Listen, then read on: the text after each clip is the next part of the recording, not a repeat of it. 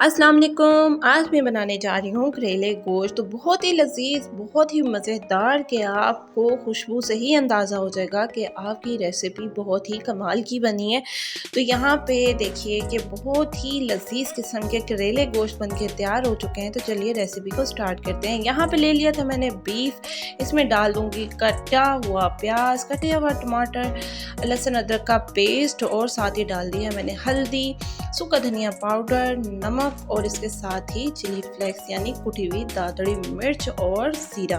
तो इन सबको हमने पकने के लिए रख देना है अपने अंदाजे के मुताबिक। जितनी देर में अगर आप प्रेशर लगाते हैं तो 15 से 20 मिनट या फिर 25 मिनट भी लग सकते हैं। और अगर आप नॉर्मल टाइम पे पकाते हैं तो वो लग जाएंगे हमारे पास 1.5 घंटा भी लग सकता है गोश्त गलने में। तो यहाँ पे देखिए कि मैंने ले लिए थे करेले और करेलों को मैंने नमक लगा दिया है 2 बड़े चम्मच और इन्हें मैं अच्छे से मसल लूँगी और बारीक बारीक मैंने काट लिए थे। यहाँ पे देखें कि करेले अच्छे से मसलने के बाद उन्हें मैंने धो लिया और धोने के बाद यहाँ पे ड्राई कर लिया है एक मलमल के कपड़े में और इसे मैंने पानी से बिल्कुल खुश्क कर लिया था। यहाँ पे मेरा गोश्त था जो वो बिल्कुल पक के तैयार था। तो इसमें मैंने 2 से 3 बड़े चम्मच मैंने ऑयल के शामिल कर लिए हैं जिसे मैं भून लूँगी। इससे ये फ़ायदा होगा कि इससे गोश्त में जायका बहुत अच्छा आ जाएगा अभी से ही।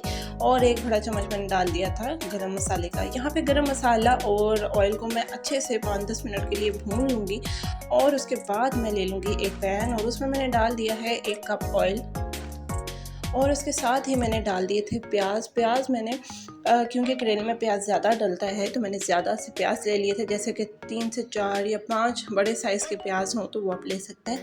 तो यहाँ पे प्याज को ना मैंने हल्का सा लाइट ब्राउन कर लिया था और इसे ज़्यादा गोल्डन ब्राउन नहीं करना, सिर्फ इसके जायके के लिए हमने इसे जैसे इसका कच्चापन दूर करने के लिए मैंने इसे पका लिया था। इसके बाद मैंने प्याज को निकाल लिया था और यहाँ पे देखेंगे करेले जो ड्राई हुए थे वो मैंने फ्राई कर लिए थे। करेलों को मैंने बहुत ज़्यादा जैसे कि बिल्कुल ही ब्राउन कर लिया जाता है वैसे नहीं किया क्योंकि इसका जो कच्चापन था वो पहले ही मसलने से दूर हो गया था। तो यहाँ पे जो मेरा मसाला तैयार हो चुका था गोश्त का, तो उसमें मैंने थोड़ा सा पानी डाल के इसे मिक्स कर लिया है ताकि उसकी ग्रेवी बन जाए थोड़ी सी।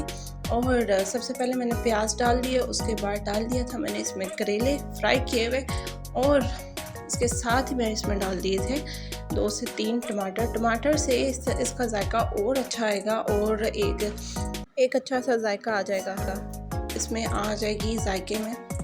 यहाँ पे मैंने सबको अच्छे से मिक्स करके 2 से 3 मोटी वाली हरी मिर्चें डाल के रख दी हैं और इस मिर्च से भी जायका बहुत ही अच्छा आएगा। और थोड़ा सा इस पर अगर आपको अच्छा लगे तो धनिया छिड़क दें तो वो भी बहुत अच्छा जायका आता है। तो यहाँ पे हमारा सालन पक के तैयार था ऑलमोस्ट। इसे 10 मिनट का या 15 मिनट का आप दम दे लें। तो यहाँ पे देखिए कि मज़ेदार से करेले गोश्त बन के तैयार हैं। तो आपने कमेंट सेक्शन पे भी ज़रूर बताना है जब आप ट्राई करें कि ये करेले गोश्त आपको कैसे लगे। तो दीजिए इजाज़त, अल्लाह हाफ़िज़।